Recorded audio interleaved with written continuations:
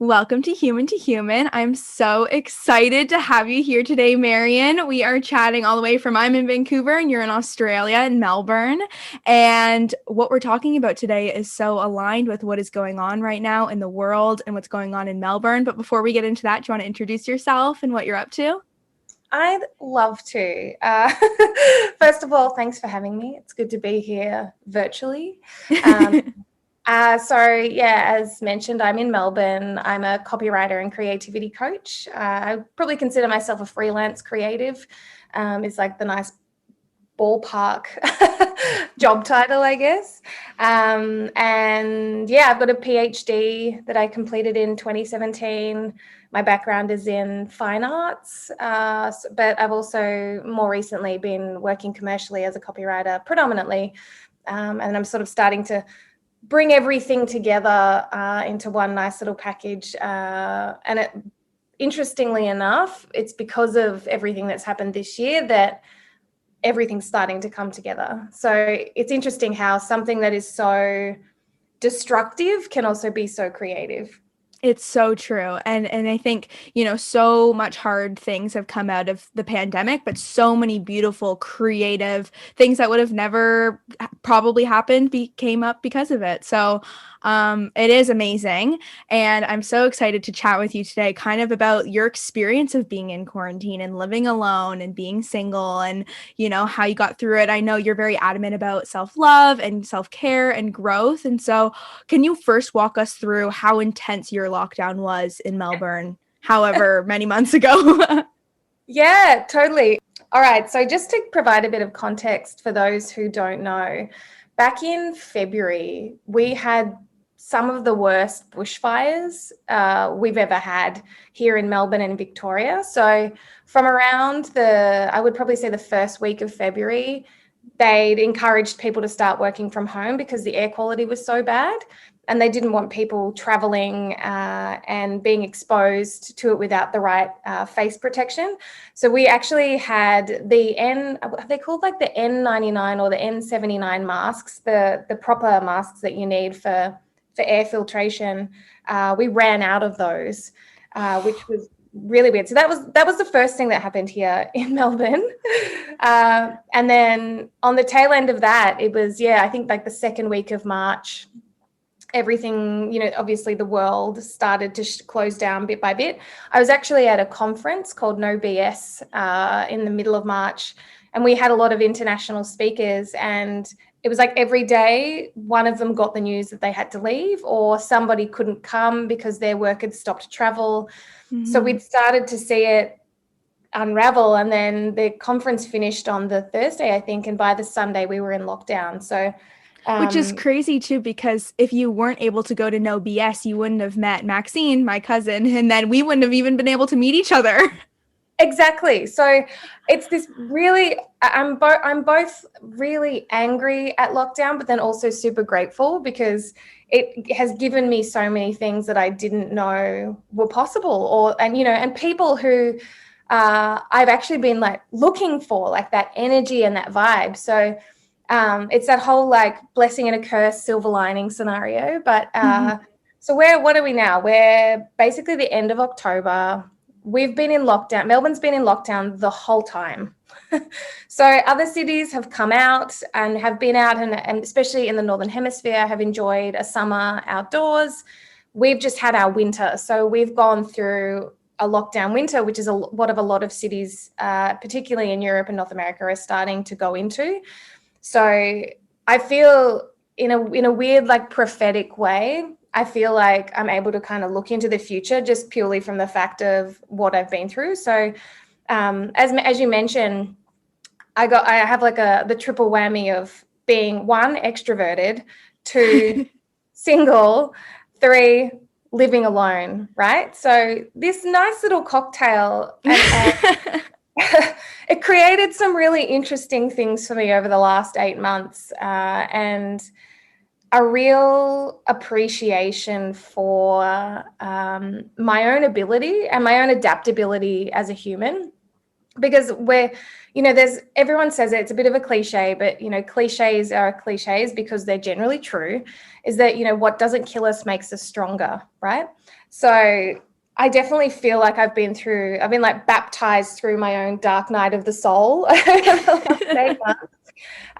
And the funny thing was at the very beginning, because I'd also had quite a traumatic breakup at the end of last year, and so I kind of was coming off the tail end of that, and it was like right around the time of March, at sort of, late February, early March, I was like, okay, cool, I'm ready to date. And then boom. It's like, I also didn't want to take that as a sign of the universe saying, no, Marion, not right now. So if you read into that kind of thing, it's like, okay, I guess I won't, But I went into it thinking, okay, first of all, what's going to happen with work, because that's a really important part of my life. And I actually got busier. So I was one of the lucky ones, especially being a copywriter and working in digital. Everybody needed writing. Everybody needed to get online. So I was lucky that I had that beautiful distraction. But the hard part was being, I'd put myself back on dating apps, and it was like there was two types of guys that I was seeing. It was like the ones who would chat a little bit and just wouldn't even offer to meet up, or they were the ones that were like the complete horn dogs, and who just wanted to like have sex and be done with it, right? In the middle of a pandemic. And I made the mistake early on of actually meeting up with a guy for coffee. And I can't tell you how uncomfortable I was, because we've got this narrative of social distancing, keep, 1.5 meters, keep everyone away, keep your mask on. And then I was confronted with this guy who was incredibly full on and intense and very affectionate. And I had to keep saying, keep reminding him of my boundary and say, hey, listen, I'm happy to meet up with you.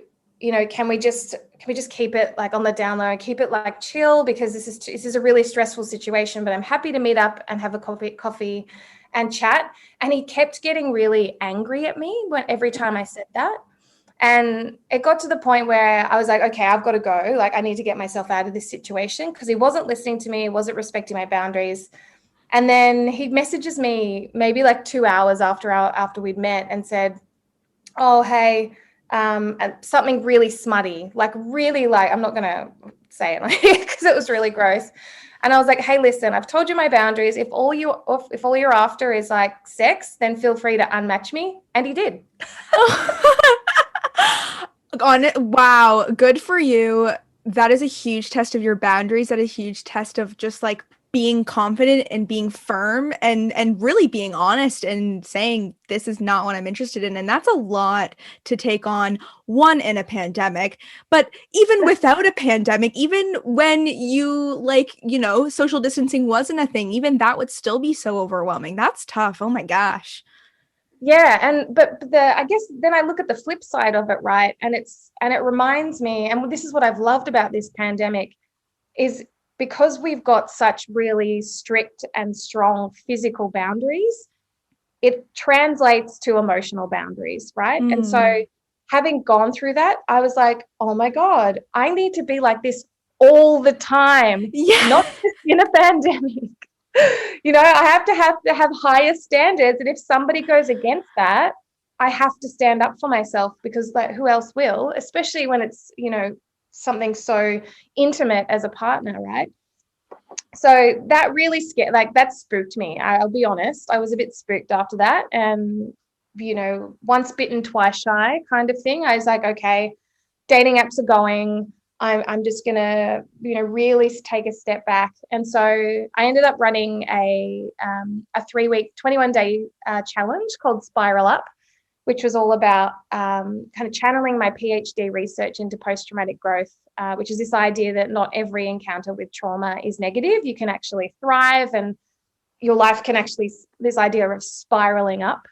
So it was one of the things that I learned is a bit of a superpower, is this idea of if you lean into creativity and if you lean into creation mode, your brain actually can't be afraid.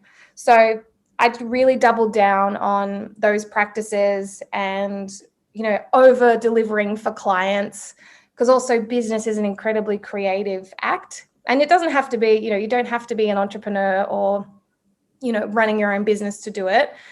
If you're, in your everyday job, it's like, in what ways can I, go externally rather than always kind of pulling back when things don't go right, because it's in that connection piece, right?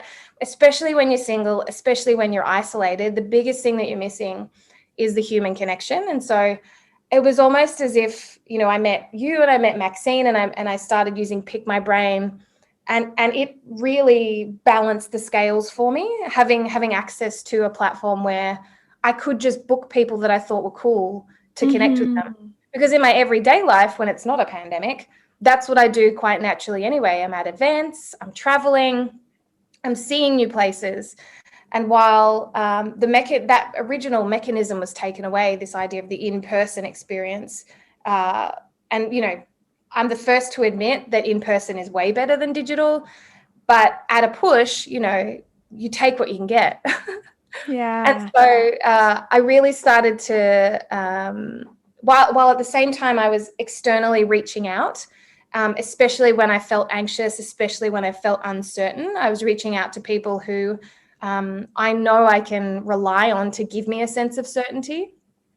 I was also doubling down and going inwards. So I really took the opportunity because when else in my life am I going to have 8 months where I actually don't have to talk to anyone? I don't have to go anywhere, as much as a scary thing. And so I did a lot of personal development work. I did a Tony Robbins virtual event, which was hilarious. And it became, this really interesting mix of trying to understand myself a little bit more, rather than getting angry at myself for the situation, or because those thoughts do go through your head of like, oh, why did I stay here? I should have just gone to a friend's house, or my favorite one, why did I break up with that guy? If we didn't break up, we'd be together during the pandemic and I wouldn't be alone, but also then I'd be with that guy. So, Wow.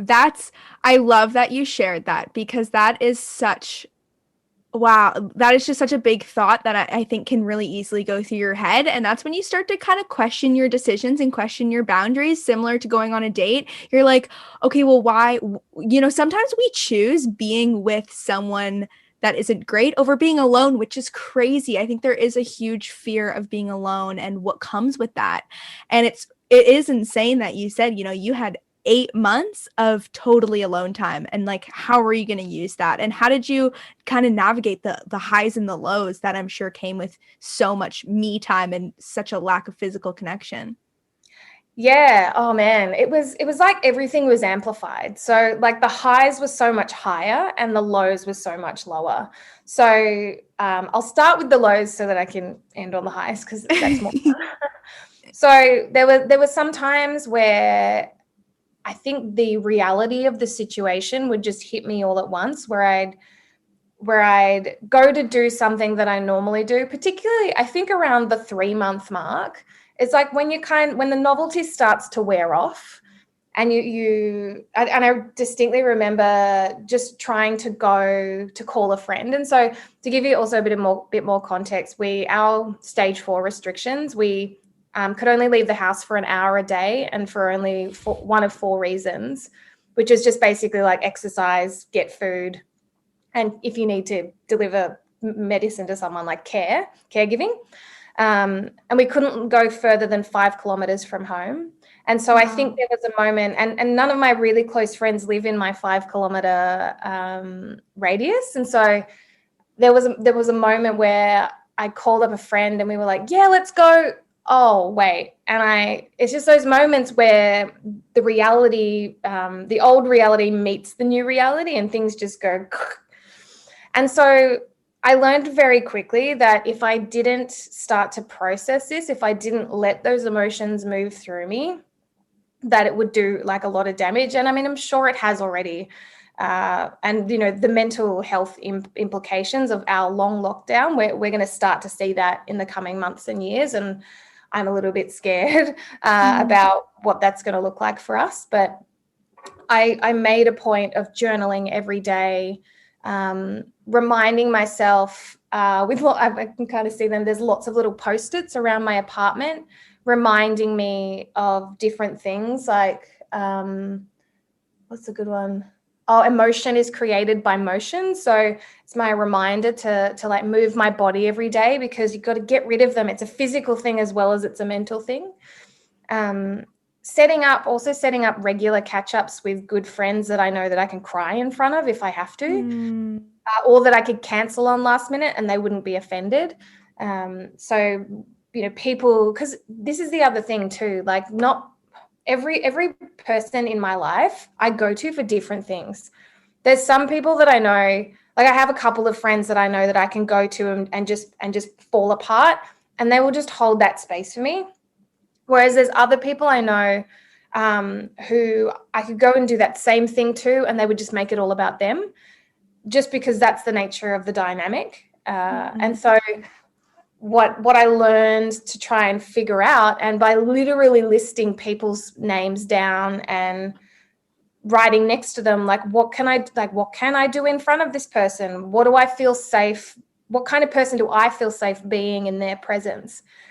Because then when I had those moments, like there was one moment I had where I woke up one morning and I just felt like everything was just sitting right on my chest, and I ended up having a panic attack. And I haven't had one of those in probably about 5 years. And I was texting a friend of mine in San Diego, and I was like, I'm having a panic attack. And she just immediately calls me and is like, go get a glass of water, put some socks on, wash your face. Like she knows, like she knew what, like that's what you've got to do. Whereas if I just sent that same text to another friend, they would have just been like, just relax, which that's like the worst thing you can tell to someone while they're having a panic attack. So, it was, and it was all about, like, I don't know about you, but the sense of presence that I've had through this whole thing is so much more than everyday life, because you're in the one space, especially being alone. Like I literally have to do everything for myself. Whereas before I could go to a friend's house for dinner, or, if I wanted to, I could get my laundry done, or, I could order some food in. But for a little while there, it was like, oh, I actually have to do every single thing for myself. And so whilst it was very isolating, it was also very equally empowering, because I realized that, like, oh yeah, like I can do all this stuff. And so, like, if you can find moments where you acknowledge just how much you're doing, it can be a really motivating force and help you build a bit of positive momentum while things are just like spiraling around you. And so when things were good, like I went to so many amazing virtual events, or, I could meet up with, I made a new friend on Instagram, and we met up and went for a walk, because this is the world we live in. Those moments were just so much more energizing, and it did make me realize that, yeah, we do need, the reason why in-person is so powerful is because of our energetic fields. And what everyone says about, there's lots of meditators, and Dr. Joe Dispenza is one, says, about our heart's electrical field. And like we can't give that to someone when it's on a screen, the electrical field we're absorbing is our computer. So just being in person, being able to sort of riff off each other a little bit, like that would give me energy for like 3 days. So it's like the little health, it was like I was in a video game, and the health bars were like at 1, and then they go bloop, bloop, bloop, bloop by the more people that I see. You can't really see, I was just making a little hand gesture, but and then the other thing that I did that was a total game changer was right in the middle. So at the start of August, I threw myself a birthday party. So if you're someone who's heading into another lockdown and your birthday's coming up, don't let the pandemic steal your joy. You can still have the same experience, and people are hungry for connection, and people are hungry for experience. So what I did was I ordered a bunch of decorations. I'm talking streamers, like little pink flamingos, like everything. Like I kitted out my entire apartment. I made a tiki playlist because I wanted it to be a tropical theme because it was the middle of winter. I got dressed up, and then I left a Facebook Messenger room window open for the whole day from like 8 a.m. to 10 p.m. And I sent out the invite to basically pretty much most people that I knew. And then different people popped in, and I didn't know when they were going to arrive, which was the absolute best thing because it's always a surprise. I'd just hear this, I'd be off doing something, and then I'd hear this, hello. And what it did was, and I even had cake. I even got them to sing to me when I cut the cake, which was if you've ever heard multiple people try to sing on a Zoom call, it's the funniest thing you'll ever hear. So, and again, I just want to reiterate this creative aspect, right? Like, the more we can create, the better our experience is going to be, rather than leaving it up to the world to decide. Because as we've learned this year, anything can go wrong, anything can happen. We can have our freedoms taken away from us, but we can still work within those constraints and those boundaries or restrictions.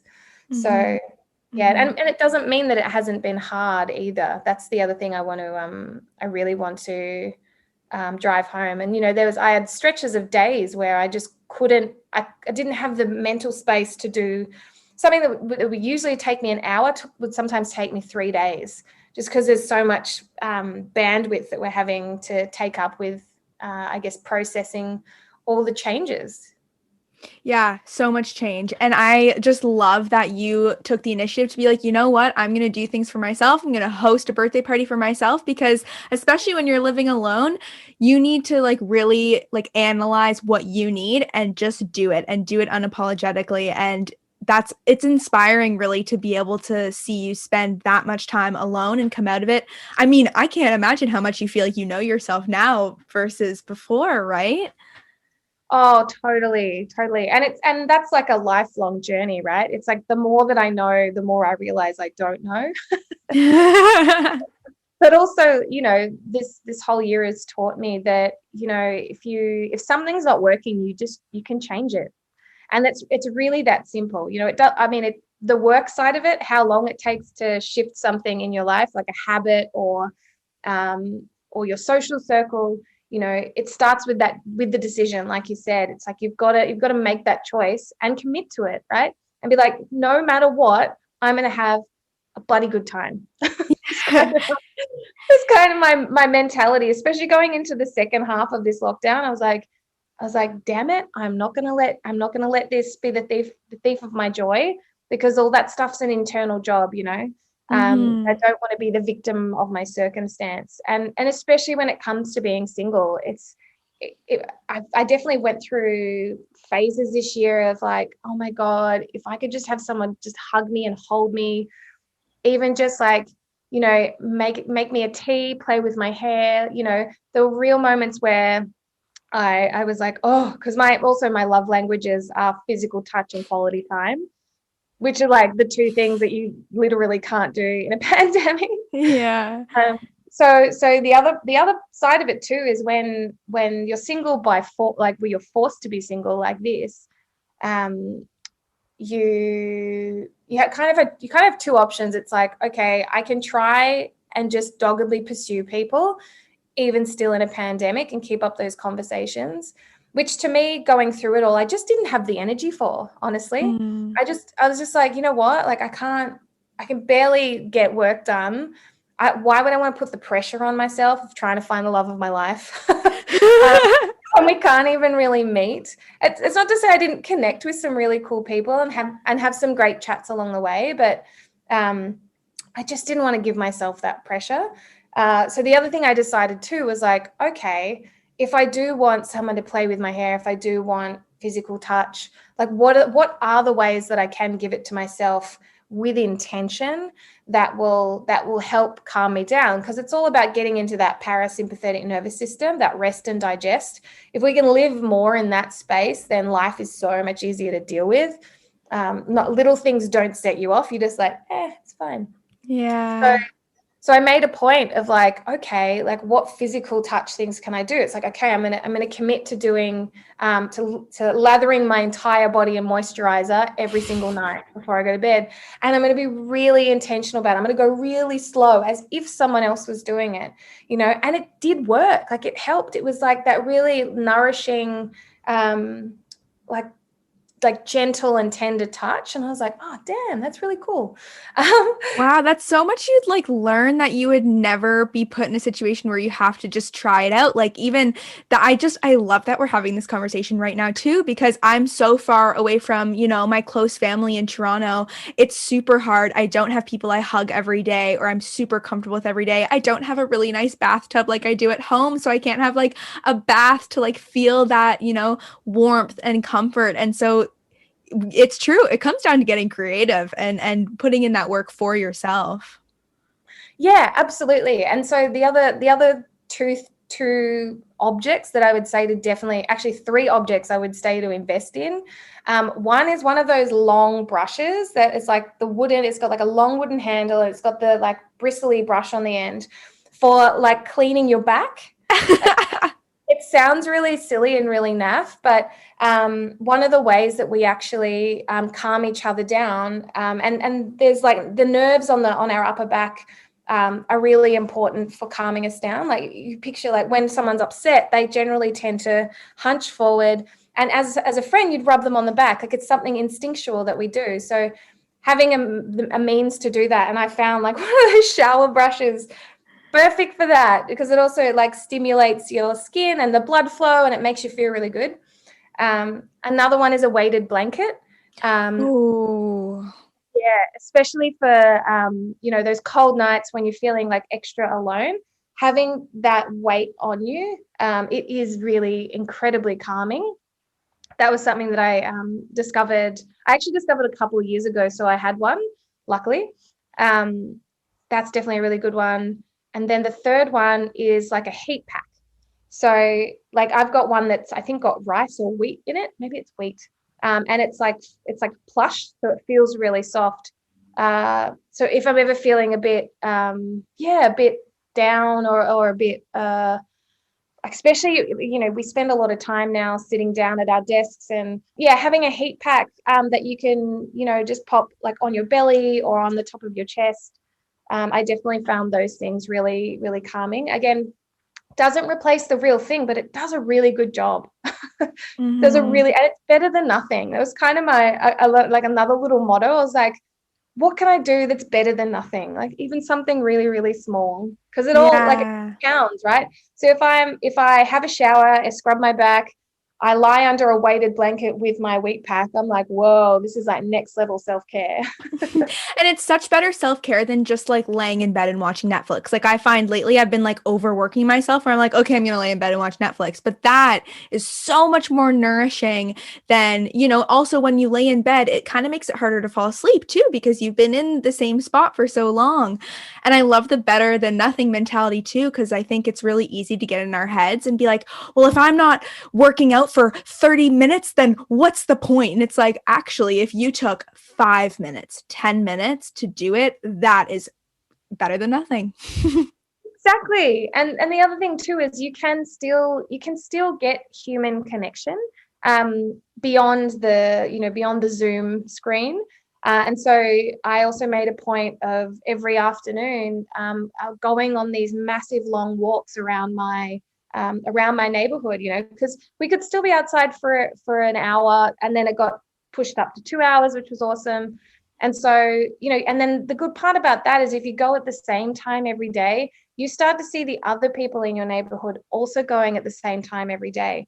And so, and you get that connection, and even just the smallest like eye contact, little acknowledgement, I could literally feel my heart burst. I was like, oh, people. And so I just think you have to be a little bit more creative, because those moments of connection, they're there, but because the most natural and normal and well worn in versions of it don't exist at the moment, you just have to look a little bit harder, dig a little bit deeper. Mhm. um, one thing that I do regret that I couldn't organize in time was getting an animal. That's the other thing. If you're single and live alone, a cat or a dog, amazing. I have some friends who fostered dogs and cats throughout the pandemic, and their mental health just like skyrocketed. So I'm regretful that I couldn't do that, but there's a reason for that, because when I went to at the start, all the shelters were empty because Wow. everybody went and got pets. So it's a good thing, but also I was like, oh damn. Missed out on that one. But I feel like because of that, you were even more independent and even more focused on yourself and found incredible tactics to stay mentally healthy and feeling good. And I love what you said too about just like giving yourself credit about how well you're doing. And I try and do that too. And it's hard because we get so hard on ourselves. And especially like you said, some things would take you 3 days that would usually take you an hour. But it's crazy how much it would just everything swirling in our own head, right? So doing things to get it out and recognizing like we're doing a good job is so important. Absolutely. And the other thing too, just on that point, this idea of like celebrating everything. I even got to the point where I was like, every time that I got up out of bed or I got up off my chair, I made sure I either did like a squat or a burpee, to just like kickstart my body. And then I literally jump up and down and be like, woo, and celebrate. It feels so weird and so stupid, but it does work. This idea of like being able to generate that from within, because then that means you're not actually waiting on the validation or the acknowledgement of other people, And when you're single, that's like a huge thing, right? You don't have that constant attention or reinforcement. So, and we all need it, and we have to find ways to give it to ourselves. The other thing I also invested in during the pandemic and will continue to do is a virtual co-working community. So I have a group of other women business owners that I meet up with twice a week. It's called Cool Wow Collective. And just having that touchstone, like it literally got me out of bed most days, because I'd made the commitment and I knew that they were excited to see me, right? So it's that accountability piece as well. And when you don't have someone in your immediate environment for that, you do have to establish those connections yourself. And it could be even as simple as I would even just fire off a text to a friend of mine, like every other day, being like, hey, what are you doing? Hey, what are you doing? Just to get me in the habit of not shutting down. Because I think that's the other danger too, when you live alone, when you're single and there's a pandemic, it's really easy to shut down. And that's where it gets dangerous. When you purposefully cut yourself off from the world, that's when things get a little scary. And that's when I think, the mental health game becomes so much harder, because you don't have any influences or any other triggers to pull you out of your head. And, there's Tony Robbins has like a really great saying that says, if you end up in your head, you're dead. So it's like whatever you can do to bring yourself down and into your body is definitely a huge part of that. But again, this stuff, it doesn't sound like rocket science, but it's also not easy. So it's like baby steps, little bit by little bit. And I'm speaking about this from the perspective of someone who's just spent 8 months experimenting with all this stuff. And because that's what it very much was. It was like, I'm just going to try. I'm just see like what would happen if I went on a walk at this time of day. What would happen if I had my blanket on while I was working or while I wasn't working. So, you can have fun with it too. It doesn't have to be this whole like, woe is me, the world is ending story. So that's the other thing that I would definitely say to pay attention to, is that the narrative, that self-narrative. Because that stops so many, at least I know for me, like that stopped me letting people in at various times in my life, whether it's romantic or otherwise. But it's crucial. You've got to have like that positive self-talk as well. I love it's totally wild. And I feel like having a communal, I'm so proud of us, because even I love the theme of I relate so much. Like I've been finding the past week, or and who knows, probably longer than the past week, but I have had many days very, distinctively in my brain that it's just been so hard to get out of bed. But I've purposely planned a lot of podcast guests to come on at like 9 or 10 a.m. So I don't have a choice. I have to get out of bed. And having that accountability, it feels so good because I know I will feel better when, I get up and I have a great conversation, and the rest of my day, I'm like, okay, I'm starting on a better foot now. But I feel so lucky that a few of my most recent podcast episodes are all about getting creative and having grace with ourselves and spending time with ourselves too. Like I just chatted with a friend on the podcast about doing things alone. And she said for the longest time, she was embarrassed to go to a restaurant by herself or just, be seen alone. But I think being alone is how we find some of like our most fulfilling moments, because it's like, this is just me, just doing my thing. Yeah. And when you so there's a couple of things there. The also with the idea of like if you're having like a week where you're having like trouble getting out of bed, like also you don't have to get out of bed. You can use the pandemic as like the primo excuse and just be like, I can't do this today. And as long as you're communicating with people and saying like, hey, I just need a couple of hours, or can we just push this back? It's a time, I think, in history where everyone is way more understanding than normal. So if you're not like, check in with yourself. And if you're not feeling it, like, just don't even go there. Like, give yourself permission to just crumble if you need to, But the other thing is like, yeah, have a bit of I like to put a time limit on those things and say like for the next 3 hours, I'm just going to cry, or, and I kind of set that internal clock with myself and go, do whatever you want for the next day. And then we get back to work, because I think you can give yourself that permission. It's also good. Yeah, and knowing that the work will still be there, the world won't end if the work doesn't get done. And it's true.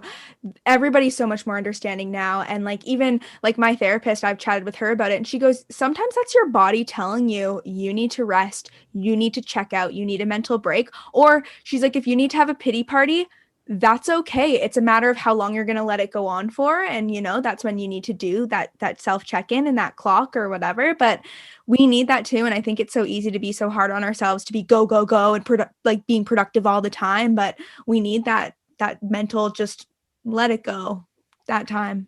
Yeah, absolutely. And I think this is a really interesting juncture too, because like what is dating?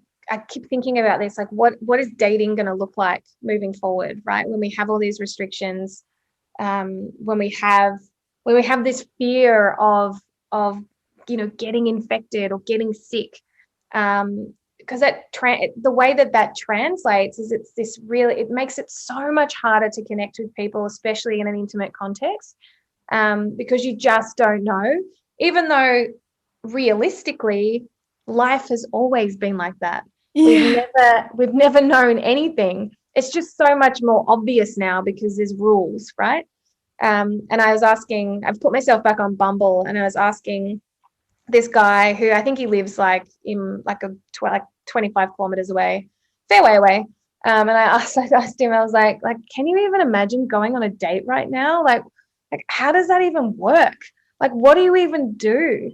Like, like you can't really sit near each other. You have to wear masks. You can't even really read facial expressions, so it becomes, then I'm like, does it become way more about the vibe and, picking up on people's energy fields, which rather than intellectualizing and waiting for your turn to talk, it's like, I hope my hope is that it's going to make us more, it's going to make it easier for us to kind of tune into each other that way.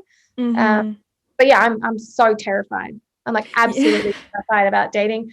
Having a first kiss with someone, I think my head will probably explode. I know. I was literally just thinking that. I was like, how crazy it'll be to physically touch someone again, especially someone like, I think it'll take a lot longer, but it is terrifying, but I think I find it exciting because I think I'm going to trust my intuition and my instincts so much more than ever before. And I read this in a book way at the beginning of the pandemic about how like this woman said like she would wait until the third date to kiss like whoever she was on their date with, because when you have that physical intimacy so quickly, I think it taints your view of like who they are and your real connection with them, because then you start to think about all the physical stuff and you kind of, it's really easy to get things all foggy. So I think I think it will be harder for sure, but I also think will be easier to filter some of the guys out that you don't want to really see. Totally. And I feel those, when you take a little bit longer to get to know someone, the red flags are so much more obvious. Yeah. And you then get a conscious choice of like, okay, I hear all these things, I see all these like little alarm bells going off, but I'm separate enough from it that I can actually comment on it. And I know, I've experienced this of a lot of men who are like maybe a little bit more narcissistic. One of the key things that they do is they love bomb you at the start. They just like give you all the attention. They make themselves, your number one. And then you can't, like you said, you have that emotional connection, you have that physical connection, and you might know that something's kind of off, but you're so invested that it's really hard to untangle from. So Yeah. yeah, I agree with you. I hope that it, this forced slowdown, or as what I've heard some people call it, the great pause. I hope that I hope that it translates into yeah, us slowing down and being more intentional, yeah, and intuitive around what we want to do, considering our yeah, I mean all what the life game has changed yet again. Yeah, it has. And I think it'll be interesting too, because you've spent so much more time with yourself and you know yourself so well, and you know you can fulfill yourself in so many ways that, going back to the funny first thought of, I wish I didn't break up with my boyfriend so I wouldn't have to be alone right now. Now, when you meet people, I think there'll be way more of a, you know what? I think I'd rather be alone than be with you, which is very empowering. Totally. Yeah, no, no, I agree. And I think what it's also taught me is that dating for me now is not so much around like how can this person fulfill me, but it's more like what can I give to this person to make them their best version of themselves. So it's got Wow. nothing to do with lack or this codependent need to have someone to lean on. It's like, actually, I am fully self-efficient. That's right, self-efficient. Sufficient? Sufficient. Oh my god. It says the writer, just has a total brain fart. I'm totally self-sufficient. So funny. So then it becomes a case of like, what can I add to them, but also, what can they actually add to my life, and it's not enough to just sleep with someone, have someone to sleep with, have someone to pick up the groceries, have someone to clean the house. I'm like, yeah, I can do all that, or I can like pay someone else to do it. So on an emotional level, like what can you actually contribute to my life, and what can I do to contribute to you, so that we amplify each other, and it's not about need or desperation, right? It's like it's Yeah. about contribution.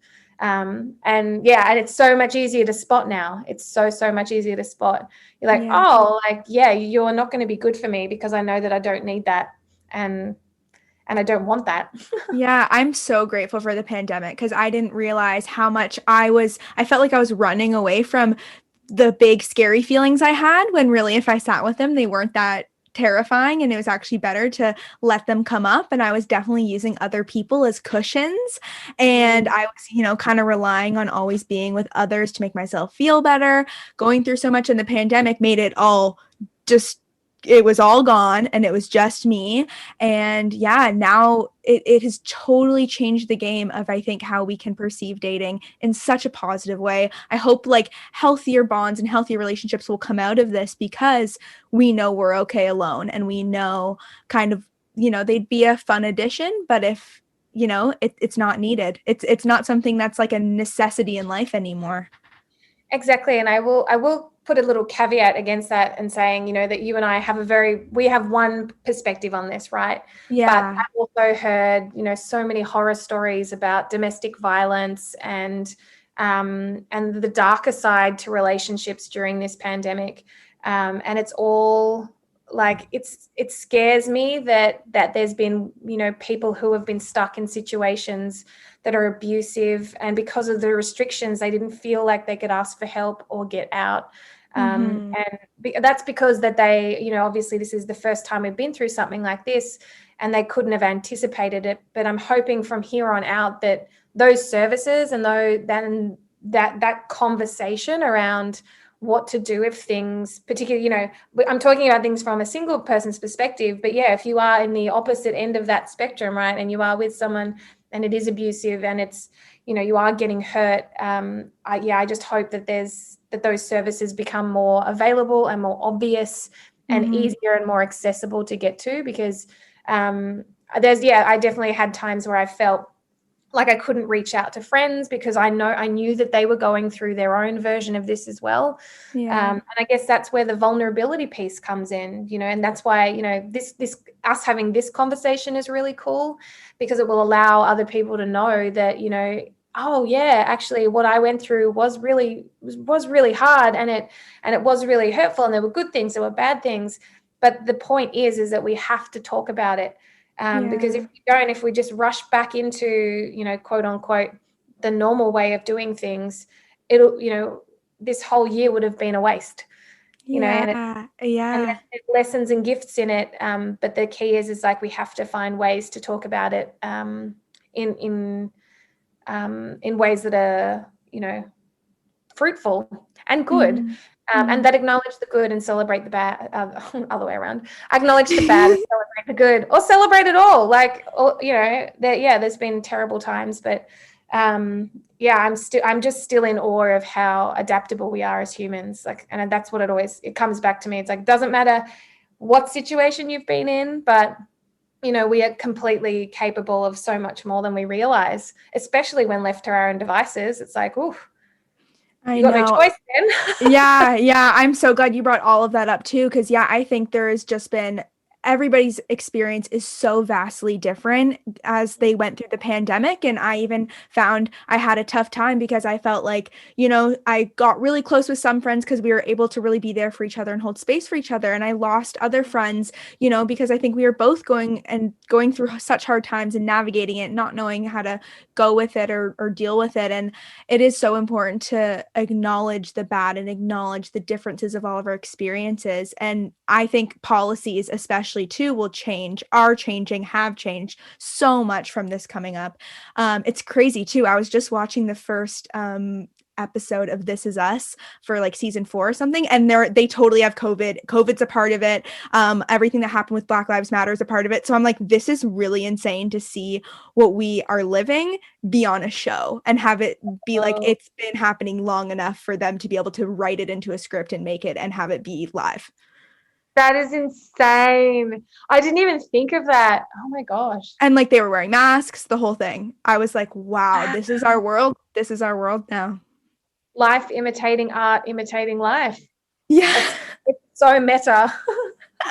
It is. Okay, so before I love that we can just go on and on. Oh my gosh. Like I'm if you are willing to come on again, I would love to have you on and dive into. I know you have so much So wonderful much. things to say about grief too and post-traumatic growth and all of that. But I just also, while we're, you know, kind of talking about the whole pandemic, where is Melbourne at now? What are you nervous for? What are you excited for in the future? Yeah, so our restrictions are slowly coming off. We have all our retail cafes and bars opened up this week. So I went out for dinner on Thursday night, which was weird and but also normal and fine and fun. And I was, yeah, just it was strange how normal it felt. And then on the 8th of November, we have like this, it's like what they've called like the Iron Gate around Melbourne, separating us from the rest of the state and the rest of the country.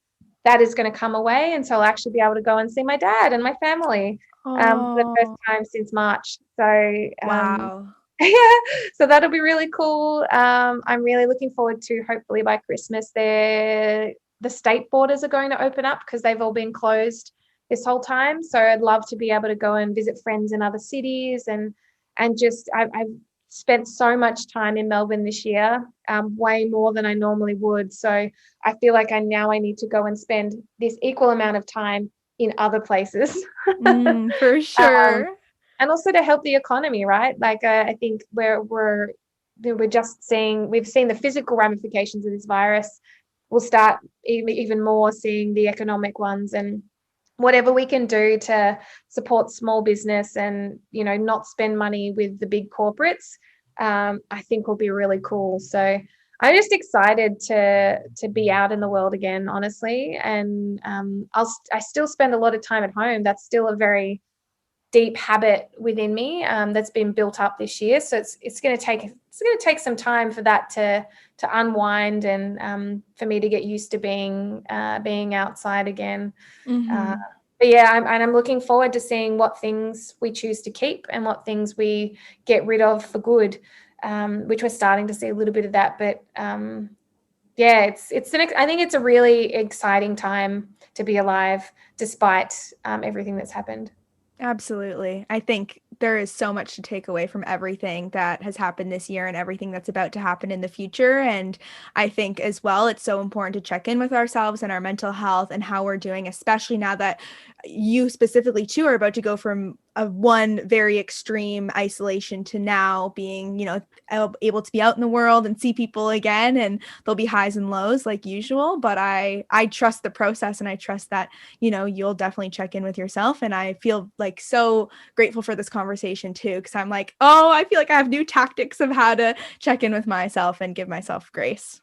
Oh, likewise. So happy to be here, and it's always a treat to talk to you. So I I look also forward want to to Yeah, I look forward to you being on again and connecting more. And I also wanted to mention how you helped and did some incredible copyright for the podcast, getting a description out there and the podcast invite. And it's so awesome to be able to just feel confident and good about what I write about this and how you were able to put it into words in such a great way. So thank you.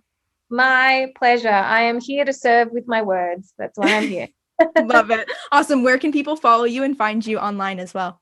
Yeah, you can find me on Instagram at Marion Piper Creative. That's also my website, marionpipercreative.com. I pretty much live on Instagram, a little bit on LinkedIn, but meh. And then also on pickmybrain.world. Could do a little bit of a Perfect. plug there. Yeah, Um, love it. that's it. Awesome. Thank you so much. Everyone, you can follow me on Instagram at Jessica J. McDonald. I mostly live there as well. That's where I do most of my posting. Yeah, and I post every Tuesday and Friday. So thank you for listening. And thank you so much for being here, Marion. My pleasure.